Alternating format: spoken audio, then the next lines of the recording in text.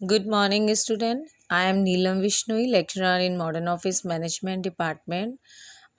Today our topic is need of HRM for organization in the subject human resource management. Now we will see that why there is a need and importance of human resource management in any organization.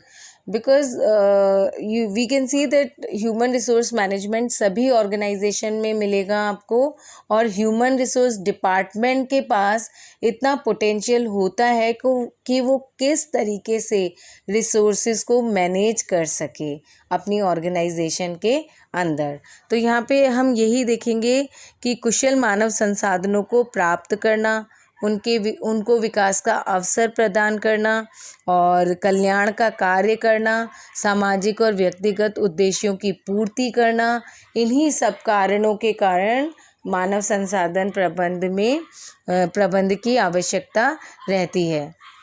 Now one by one we will see why there is need and importance of human resource management. तो first point is necessary for managerial function, प्रबंधकीय कार्यों के लिए आवश्यक। तो यहाँ हम देखेंगे प्रबंध का प्रत्येक क्षेत्र, चाहे उसमें नियोजन किया जाए, संगठन विकसित किया जाए, क्रियाओं का समन्वय किया जाए, अभिप्रेरण, निर्देशन, नियंत्रण किया जाए, सभी कार्यों में मानव संसाधन के प्रबंध की आवश्यकता होती ही है। क्योंकि जितने भी कार्य चाहे वो मोटिवेशन से रिलेटेड हो, लीडरशिप से रिलेटेड हो, हर जगह जब तक HRM मौजूद नहीं होगा तब तक सक्सेसफुली वो कार्य नहीं हो सकता है। Second is optimum utilization of human resources, मानवीय संसाधनों का अनुकूलतम प्रयोग। तो यहाँ पे हम देखेंगे कि मानव संसाधन के प्रभाव से न केवल एक संगठन को लाभ मिलता है, लेकिन अच्छे मानव संसाधन प्रबंध से समाज और राष्ट्र को भी लाभ मिलता है और संगठन क्या है उसका डेवलपमेंट होता जाता है। क्योंकि अगर हम ये देखेंगे कि अगर हम सही प्रयोग कर रहे हैं रिसोर्सेज का, तो डेफिनेटली जो ऑर्गेनाइजेशन है वो डेवलप होगी और लॉस पे नहीं जाएगी। Third is availability of qualified employees, योग्य कार्मिकों की उपलब्धि। तो एक व्यावसायिक संस्था कब सफल होती है? जब उसके जो वर्कर्स हैं उनका समर्थन और सहयोग रहता है। इसलिए योग्य कर्मचारियों के चयन हेतु मानव संसाधन प्रबंध की आवश्यकता पड़ती ही है।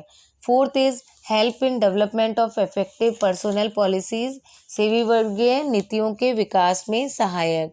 तो मानव संसाधन प्रबंध उन नीतियों के क्रियान्वयन में सदैव सहायक सिद्ध होता है जो सर्वोच्च प्रबंध द्वारा कार्मिकों के विकास के लिए बनाई जाती है। यानी कि डेफिनेटली एम्प्लॉयज़ का डेवलपमेंट तभी होगा जब ऐसी पॉलिसीज़ होंगी जो उनके विकास के लिए बनी हुई होंगी। तो there is need of human resource management. And fifth is for the solution of complexities, जटिलताओं के समाधान हेतु। तो यहाँ पे अब अगर हम इंडिया की बात करते हैं तो दिन ब दिन देखें तो ऑर्गेनाइजेशंस बढ़ती जा रही हैं और इसके कारण कॉम्प्लेक्सिटीज़ भी हो रही हैं, और दूसरी ओर क्या हो रहा है, श्रम संगठनों के प्रभाव में और भी ज़्यादा वृद्धि हुई है। और अगर कोई उल्लंघन करता है इस चीज़ का तो इससे गवर्नमेंट भी बीच में पड़ जाती है और संगठनों के अंदर भी ये सारी चीज़ें काफ़ी फैलती जा रही हैं। तो इन सभी बातों के समाधान करने के लिए मानव संसाधन प्रबंध का होना आवश्यक है। Our six point is for the application of behavioural science, व्यवहार विज्ञान के अनुप्रयोग हेतु। और इसके अंदर मानव संसाधनों का उपयोग बहुत ही जटिल कार्य है। एक संगठन के अंदर कार्य करते समय उसकी भावना, मूल्य, विश्वास, प्रतिष्ठा, मान्यता आदि प्रभावकारी तत्व विद्यमान रहते हैं, जिन्हें व्यवहार विज्ञान के आधार पर ही क्रियान्वित किया जा सकता है और जो वर्तमान में मानव संसाधन प्रबंध के एक अंग के रूप में बहुत ही ज़्यादा ज़रूरी हो गया है, क्योंकि एक व्यवहार ऐसी चीज़ है जिसके कारण बहुत सारी चीज़ें टिकी हुई हैं ऑर्गेनाइजेशन में। तो अगर ये सारी चीज़ें वहाँ पर मौजूद होंगी तो there will be the best utilization of everything in the organization. Seventh is creation and implementation of wages plan and पारिश्रमिक योजनाओं का निर्माण एवं क्रियान्वयन। तो यहाँ पे एक संस्था के अंदर पारिश्रमिक योजनाओं की सफलता किस पर निर्भर करती है?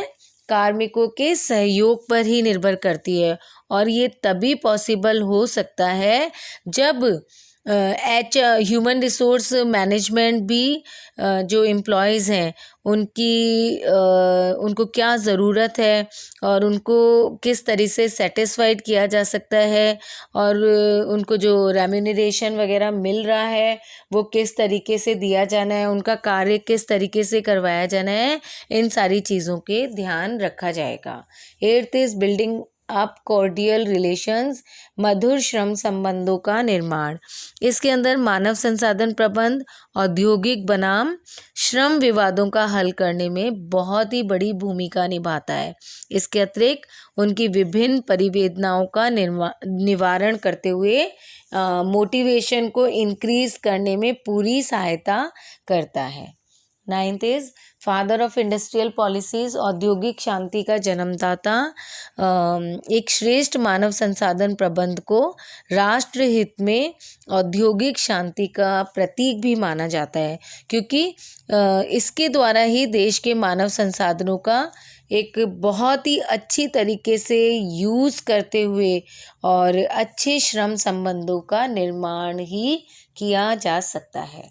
और 10th है fulfilment of needs of the dynamic environment, गतिशील वातावरण की आवश्यकताओं की पूर्ति।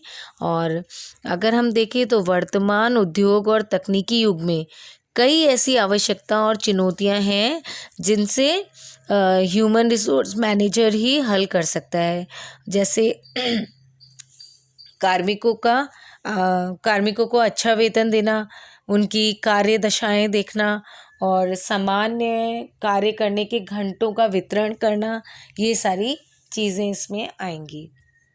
So in the last we can say that why HRM is need in any of the organization। और मानव संसाधन प्रबंध जो है वो मानवीय संबंधों के निर्माण में बहुत बड़ा सहयोग देता है और मानवीय आवश्यकताओं के कारण कार्यों की भी उपलब्धि कराता है, जिससे साइकोलॉजिकली सेटिस्फेक्शन मिल जाता है और एम्प्लॉयर और एम्प्लॉय के बीच में बहुत अच्छे संबंध स्थापित हो जाते हैं और जो कार्मिकों की बढ़ती हुई आवश्यकताएं होती हैं उनमें सहयोग मिल जाता है। एक सेटिस्फेक्शन जब किसी भी एम्प्लॉय को मिलता है ना, तो वो बहुत अच्छे से अपनी ऑर्गेनाइजेशन के लिए काम करना चाहता है। तो ओवरऑल देखें तो बहुत ही इन सब चीज़ों के कारण हमें HRM की बहुत ही ज़्यादा ज़रूरत रहती है किसी भी ऑर्गेनाइजेशन के अंदर। धन्यवाद।